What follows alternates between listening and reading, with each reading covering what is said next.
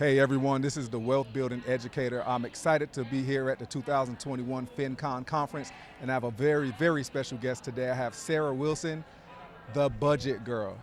She is absolutely amazing. How are you doing today, Sarah? I'm good. I'm really glad to be here. I'm so glad you are.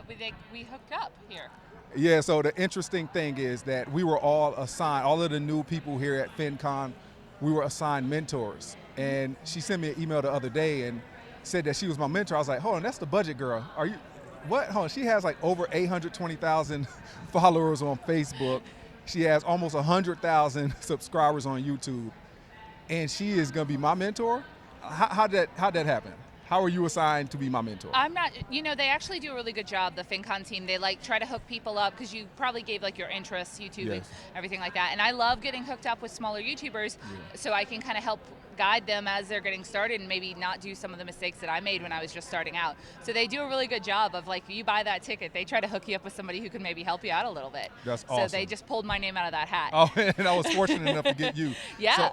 So, all of my interviews so far they've all been online. They've been through either StreamYard or Zoom, and I've had heavy hitters like Julian and Kirsten with Rich and Regular who They're were amazing.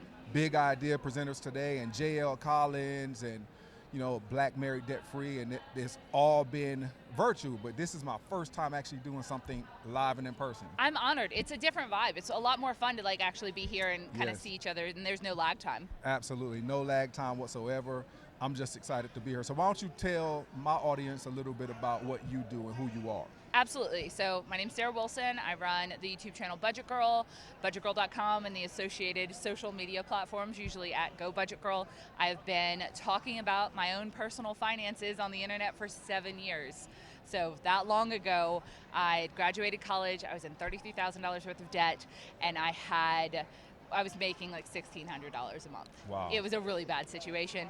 I swore that I was terrified. I didn't know if I was gonna make rent. I thought I was gonna have to waitress. I had this college degree that I wasn't using, and I swore as soon as I got a job, I would figure this financial thing out, I would pay off my debt, and I wouldn't continue to be scared with money. So Absolutely. I picked up a camera, I started vlogging my journey, and people followed me for 3 years as I counted down my debt in each video. And a lot of people told me I couldn't do it on that salary, but I did. I side hustled, I learned to budget, I learned to save, and I've kind of grown since then. So now I currently have a much better paying job. I have a side business. I have a couple of real estate assets, which is Okay. really fun. I invest and save 40% of my income, and I'm just having a really wonderful time. And I credit so much of that to having a plan for my money, a budget. Absolutely, and that's why you're the budget girl. Yeah. So when I was actually looking you up, your claim to fame was actually, like you said, vlogging your way out of debt, $33,000 worth of debt. What kind of debt did that $33,000 It was all student loans. All student loans, Yeah. okay. And where did you get your degree in? Communications and journalism, Okay. which we all know journalism, such a high paying, lucrative field. For those of you who don't know, she's being sarcastic. She's being facetious right now. So what was that low-paying position that you started doing after you graduated that helped you pay this debt off? So I was a reporter, and then I lost my job as a reporter, and that was what had me really scared. And then I got a job as another reporter in a different city. So I moved to a brand new town in Louisiana. I didn't know anyone. $33K worth of debt. I was living in this $400 a month apartment, and I decided it was going to be my job to figure out how to manage money and pay off that debt. And it took me 3 years. So when you look at $33,000, to some people that's an astronomical amount of money. I had about almost $100,000 with my wife and I. So when I think of $33,000, I'm like, wow, that's not that much. However, to some people, $33,000 is Well, if you're astronomical. making $24K a year, it's Absolutely. astronomical. That's Yeah. a bad comparison. Absolutely. It's $33,000 to some people. It's like $1 million to some people. Yeah. And people don't understand that everything is relative to your particular situation. When I look at somebody who's making what you said you make and you pay off $33,000, to me that is incredible. I salute you, and obviously, Thank you. you're welcome. Obviously, whatever you did to get out of debt, it resonated with people. So tell me about how you were able to get so many followers and subscribers throughout your journey. Yeah. So when I started talking about my personal finance journey on YouTube, it was 7 years ago. So there there weren't all the personal finance influencers there are today, which makes me sound old, but that's okay. There was His and Her Money, which I'm sure you know of them, and there was Lydia Sin, and there was a channel called Dead is Dumb that isn't around anymore. So that's 3 couples, 3 dual incomes, and I didn't have anyone that I could really relate to. And so I, like I said, moved to a brand new town. I didn't know anyone, and I was like, I'm gonna need some accountability. So I started uploading videos to YouTube, and very slowly people started watching from me. They started cheering me on. I was sharing my actual debt numbers. I was sharing my actual budget every single month. Wow. Mostly because people kept being like, this is a dumb idea. You can't possibly pay off 33 grand on $1,600 a month. Wow. And so I was like, well, here's my budget, and here's how I'm doing it. Okay. So there wasn't that much confidence there, but there was a little. Got it. Okay. And so throughout paying, I actually put the amount of debt that I had in my video title for 3 years as I paid it off. So people got to watch me pay down the debt. They watched me get a couple of slightly better paying jobs and move. And I feel, I've been told that they wanted to kind of watch me win and figure it out. And as I went along, the things that I failed at and the mistakes that I made, I talked about those, and I was really transparent. And the things that I did that helped, I talked about, and other people were able to use those. Absolutely. And so I feel like that's kind of what brought people in, and I'm thrilled that they took that journey along with me. That's great. And she mentioned His and Her Money, and it's ironic because I actually spoke with His and Her Money earlier today, and they interviewed my wife and I a few months ago. Really? Oh yeah, Talent and Tire, fantastic. They are awesome, and basically what we talked about was our debt freedom journey, and how the most important part of your financial freedom, the FIRE journey, is to get out of debt. I mean, that. Yeah, it's a huge part. Huge part. I mean, I know people that save a bunch of money, but they still have a ton of debt over here. And to me, it's just counterproductive. So getting out of debt is huge. Tell us about that journey. Like I tell everybody, the most powerful day of our financial journey was when we got into the black. So we had a zero net worth. So like the higher income you are, you might be able to do a little shuffling of like debt and saving and investing. But if you're lower middle income, that any debt you have is taking this huge amount of your buying power away from you every single month. You probably don't have that much wiggle room to begin with. And if you've got that $400 car payment, if you've got that $300 student loan payment, like suddenly you have that $700 back every month. Yes. What can you do with that? You can make some waves. Suddenly you can invest. You can save up for a rainy day. You can have that emergency fund. You can start to maybe think about purchasing assets. Yes. And build that money up. So the less resources you have, the better you have to be with them. So for me, paying off that debt first was absolutely the number one step. There are a lot of people in the space now that talk more about investing while you're in debt and kind of letting low income debt kind of sit so that you can make more investing. But I mean, my student loans were at 7.7%. I'm not going to gamble on the market at a debt with that rate. That was not good. So getting out of debt and then suddenly having your entire paycheck to win with, to put towards things, you get there so much faster. And that's such a motivation for me. That's a great point. And if you are trying to claw your way out of debt, you might, depending on how much money you have, you can start throwing money towards debt. But if you don't have that budget, it's like when you budget, you get a raise automatically. Oh, absolutely. So how much, when you actually sat down and budgeted, how much of a raise did it feel like you actually were getting? Because you probably had money going out that you didn't know how much was going out. Yeah, so first step for me was I kind of had to get my spending under control a little bit. I didn't realize that as a low income person, I was spending a couple $100s a month on eating out. Wow. I wasn't meal planning, I wasn't grocery shopping the sales and making sure that I wasn't spending too much on food. I was going to the grocery store every couple of days buying stuff that looked good, and that was taking a huge amount of money out of my pocket that I could use for things. So especially if you're lower mid income, reducing your expenses is going to be a big part of it. And then once you've tackled that and you've kind of gotten your basic housing, clothing, food expenses under control, then you can start to try to leverage and get some more money in and side hustle to actually have a little bit to work with towards the debt and make bigger progress. Absolutely. You make some really good points, and which is why your channel resonates with me, because having that budget is so important. It's huge. And we all knock car payments, and I don't have a car payment. We haven't had a car payment in years. Yeah. But one of the mortgage payments, taxes, insurance, those kind of things is something that is, recurring. But I think that people feel like these, expensive payments are the biggest part of your budget. I personally feel that it's the small, recurring, like lattes and things like that.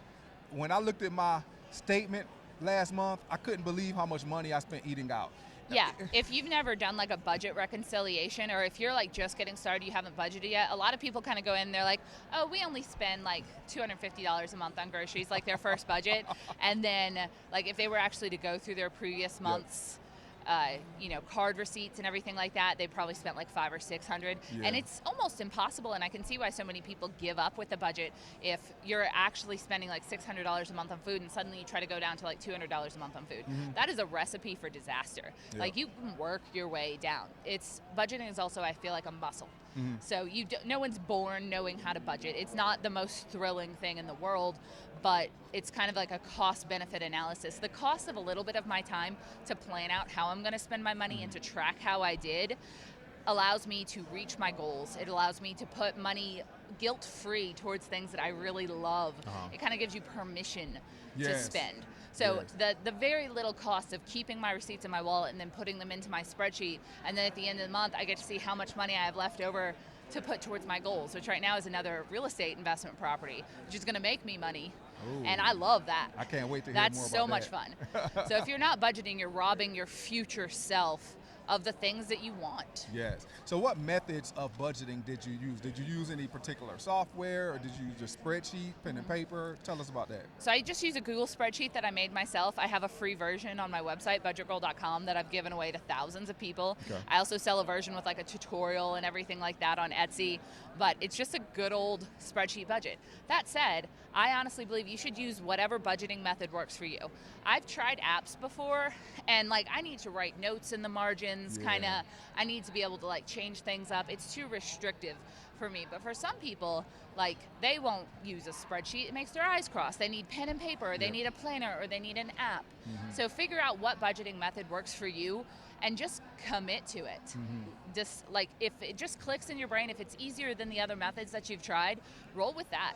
I don't care what type of budgeting method you use, but you should know what's coming in, what's going out, and you should have a plan for your money. That's a great point. A great point. You have to do what works for you. Not everything works for everybody. We tried You Need a Budget, and it was just super complicated to me, but it's got millions of people out of debt. Some people love it, and they swear by it. So you might have to try a couple of different methods of budgeting before it sticks, and you might have to try a few months of budgeting before you figure out what your real core expenses are and where your money is going in order for you to redirect that. Absolutely. And I just spoke with the CEO of Cube, and it sounds like something that I would be interested in doing, because I like envelopes, but I don't like cash. I hate dealing with cash. It's like a digital envelope thing. It's a digital envelope. And they're coming out with new types every single day. I just think you need to pick one and roll with it if it works. You do, and you're right. They have green light. They have all of these different things for kids, and it's like people switch them all the time. And they don't give themselves enough time to familiarize themselves. I think you need at least 3 months. With a budget to kind of figure out how much you're really spending, how much you really need, and then you can start futzing with the numbers and figuring out like, hey, then I can spend my restaurant money that I've budgeted guilt-free. I can spend my clothing money that I've budgeted guilt-free, and I know I'm still going to reach my goals. Yeah, and one of our favorite finance gurus always says a budget basically is telling your money where to go instead of wondering where it went. So. And I'm pretty sure you agree to that. I do. I absolutely agree with that. And that's why you would feel like you got a raise when you budget. So for a lot of people, yeah. Yeah. So I'm going to say a few words, and if you could just kind of elaborate on every word I give. It's just one word thing: home ownership. Awesome. First time home ownership. Awesome. I will say, can I respond with a word as well? You can respond with a word, or you can elaborate. You can say however much you want. All right, so try me again if you don't mind. Home ownership. Multifamily home ownership. Ooh, tell us about multifamily home ownership. How many doors? So right now I'm at 2 doors, kind of 2.5. Okay. I know, that's a little weird. So I was actually kind of intimidated by purchasing a single-family home. Okay. Renting is not a waste of money. Renting was always the good financial choice for me until very recently when I had paid off all my debt, I had some money saved up, and I had a huge honking emergency fund for the house. And so I actually decided to do something called house hacking, where you purchase a multifamily home or you purchase a home and then you rent out part of it. So I figured out that this was a way that I could take my home costs and make somebody else pay my mortgage. That it sounds skeegy, but like I make $100 a month off of my home. I bought a $230,000 duplex, 3-bed, 2-bath on each side in Texas, just 2 hours from where we are now. And I live in one side with my boyfriend and I rent out the other. My rental covers my mortgage. So I have no housing costs. That $600 a month I used to spend on rent, eliminated. Suddenly I've got $600 a month to do other stuff with, and I'm making money off it. Someone else is paying my mortgage, the house is appreciating, so my asset is appreciating, and I have no housing costs. House hacking is amazing, especially if you aren't making that much money. There are a lot of people in this space that are just like making a ton of money. And so yeah, they can throw so much money into investments and those will grow. But if you aren't making a ton, there are things you can do. Instead of buying a single family home, maybe buy a duplex. And if you do that a couple of times, all of a sudden that's a stream of income for you every single month, and that's an asset that's growing. I'm not saying that's the only place you should have your money, but it was a really accessible way to own a home and live for free. That's some game. She really spit some good game there. And you know, one thing I can really appreciate about what you just said is that renting isn't a waste of money for everybody. No, absolutely not. I mean, and I think a lot of time people, they paint everybody with a broad brush, right? And they just say you're throwing money away by renting, but I've seen situations where renting has allowed people to get their way, pay their way out of debt. Or owning a home is actually not like always a great investment.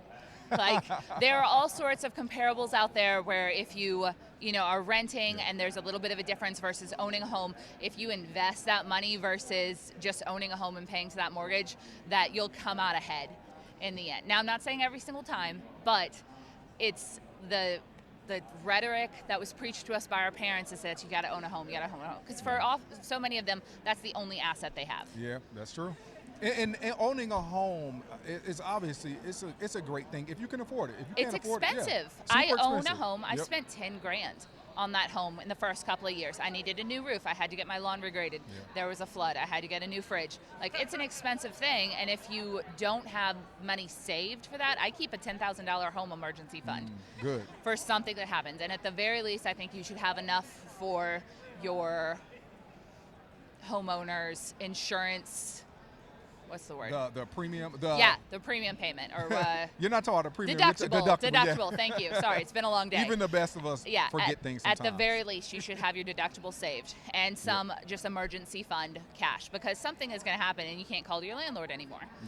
Homeownership isn't expensive. It can be extremely wonderful to be able to have your own space. And in my case, it's wonderful because it's a stream of income and it's just a kind of a constant benefit. But if I was still in debt and if I didn't have savings, I would have to keep going in debt for these things that have happened to the house. I agree with you 100%. I think that the ability to house hack is amazing. I have 3 kids and a wife, and if I didn't, I'd be house hacking right now. I would get a Why can't you house hack? You know what? I've looked into it now, because if I did get a duplex, it's difficult to get the square footage on each side that we need as a family of 5. And now with this explosion of a market, like we're looking at $500,000-$600,000 to get the 2-family unit that we want. Yeah, so I hear you. It's not the best time for that. Maybe you could get a quad and like tear down a wall and have both sides, or turn a quad into a tri, and then you've got your square footage. That sounds like a good idea, because there's a good chance that those 2 tenants in your other 2 units would pay at least 75 to 80%, maybe even 100% of the mortgage if you could find a good deal. So you have to run the numbers. You absolutely have to run the numbers, make sure it works. It's not always a great deal, but there there are possibilities. And if you're willing to consider those possibilities when you're house shopping, instead of just thinking of like the dream home that you want, because I didn't buy the dream home that I wanted. I love huge windows because I have so many plants, and like I would love a little bit more land, and I ended up buying a duplex with no land and like not a lot of windows. But it was because it was a good investment property. I'll be here for a couple years, and then I'll be able to rent out both sides and make probably $800 to $1,000 a month off of it. And then that will help to subsidize some of your new payment. Wow, that's some good stuff. So even if you do a house hack once, it can end up paying your new mortgage. And then if you keep house hacking, then eventually you have a ton of cash flow.